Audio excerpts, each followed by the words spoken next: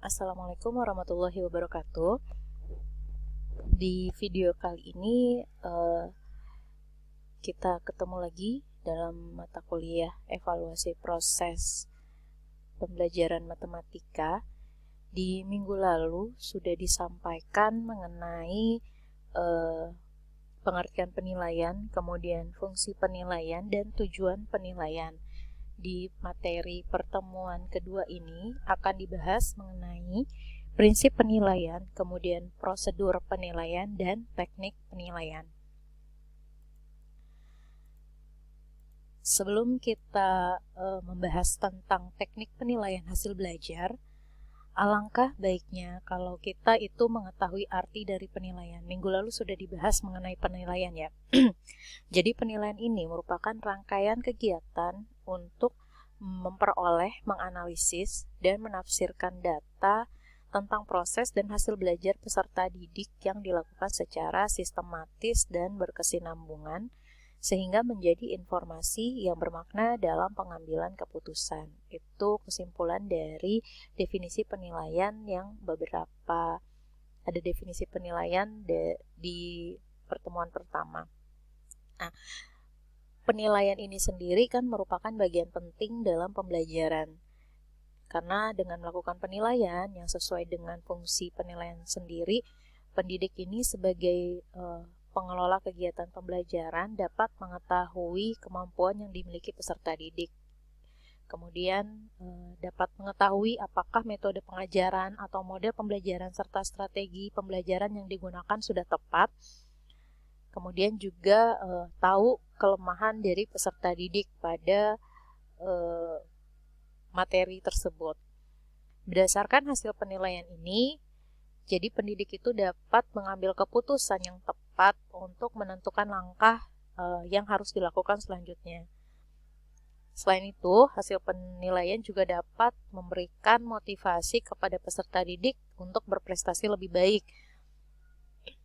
Nah, dalam melakukan penilaian itu ada beberapa prinsip. Jadi seorang guru atau pendidik harus memperhatikan prinsip-prinsip berikut. Yang pertama adalah penilaian ini harus valid atau sahih. Penilaian hasil belajar oleh pendidik atau guru itu harus dapat mengukur pencapaian kompetensi yang ditetapkan dalam standar. Jadi ada standar isi.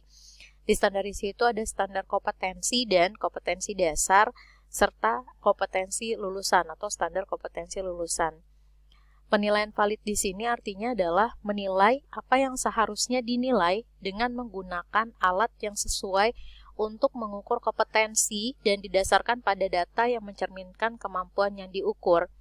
Jadi seperti yang sudah saya sampaikan minggu lalu, untuk mengetahui sebuah instrumen ini valid atau tidak, maka kita perlu mengadakan sebuah tes validitas, baik ini validitas isi maupun validitas konstruk. Untuk validitas itu sendiri nanti akan dibahas lebih lanjut di bab berikutnya. Kemudian prinsip yang kedua harus objektif.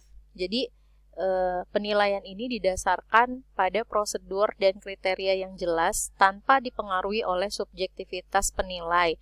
Misalnya seperti latar belakang agama atau misalnya ada keluarga di dalam kelas tersebut atau siswa itu merupakan keluarga kita. Nah, itu harus objektif, tidak bisa dipengaruhi oleh hal-hal tersebut.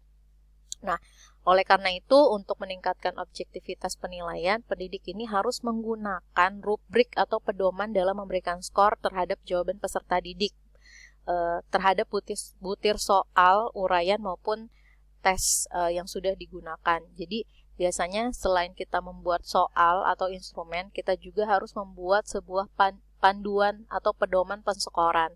Misalnya kalau soalnya itu esai, jika dia tidak bisa menjawab, skornya berapa.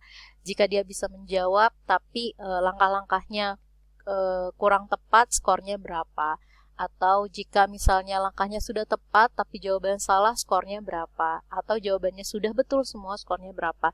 Sehingga kita tidak lagi menilai berdasarkan objeknya. Misalnya, kita tahu dia pintar, wah ini harus dikasih nilai bagus nih, tidak seperti itu. Tapi penilaiannya harus berdasarkan pedoman penskoran yang sudah kita buat terlebih dahulu. Kemudian prinsip penilaiannya adil. Jadi penilaian ini tidak menguntungkan atau merugikan peserta didik.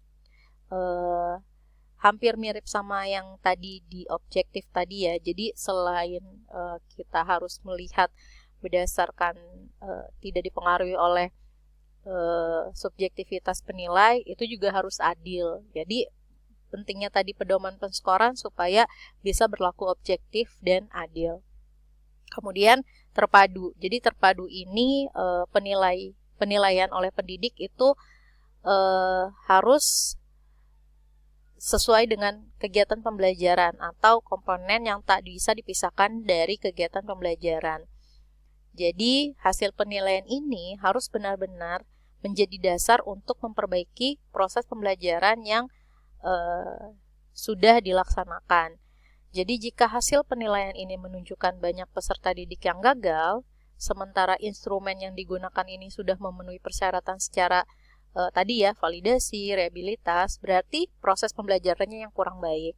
Sehingga apabila hal ini terjadi, maka pendidik ini harus memperbaiki rencana atau pelaksanaan pembelajaran. Artinya apa? Jadi antara proses pembelajaran dengan penilaian itu harus berkesinambungan. Jadi tidak bisa dipisahkan satu sama lain.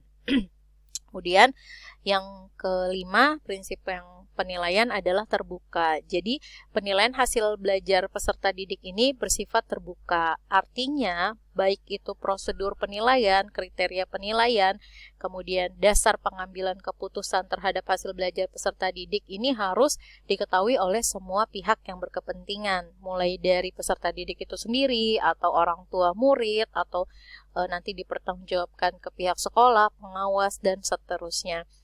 Sehingga agar itu lebih terbuka, maka peserta didik ini harus, pendidik atau guru harus pertama-tama menginformasikan kriteria penilaian yang dilakukan. Jadi peserta didik pun bisa tahu apabila kita tahu kriteria, dia akan melakukan atau menjalankan pembelajaran sesuai dengan kriteria yang sudah ditetapkan. Misalnya di materi ini, di materi tentang bilangan akan bisa lulus atau bisa berlanjut ke materi berikutnya apabila penilaian di materi ini misalnya dikasih standar 75 gitu. Jadi mau nggak mau akan membuat peserta didik ini terpacu agar bisa memenuhi standar tersebut.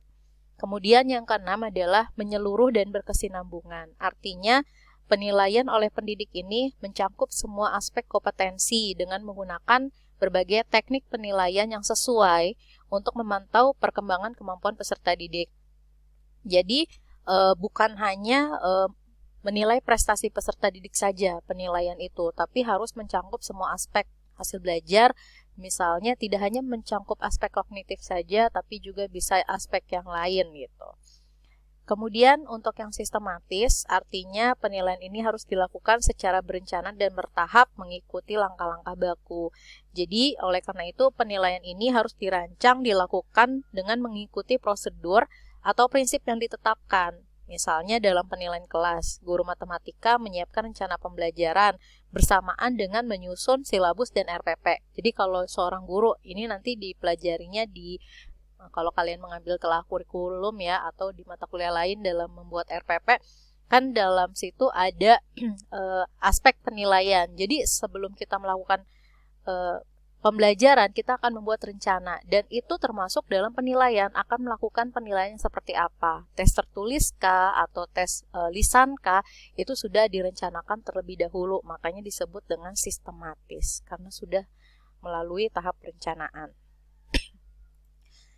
Berikutnya, untuk langkah-langkah pokok penilaian hasil belajar di sini ada beberapa langkah di mana harus dilakukan oleh pendidik dalam menyusun penilaian hasil belajar.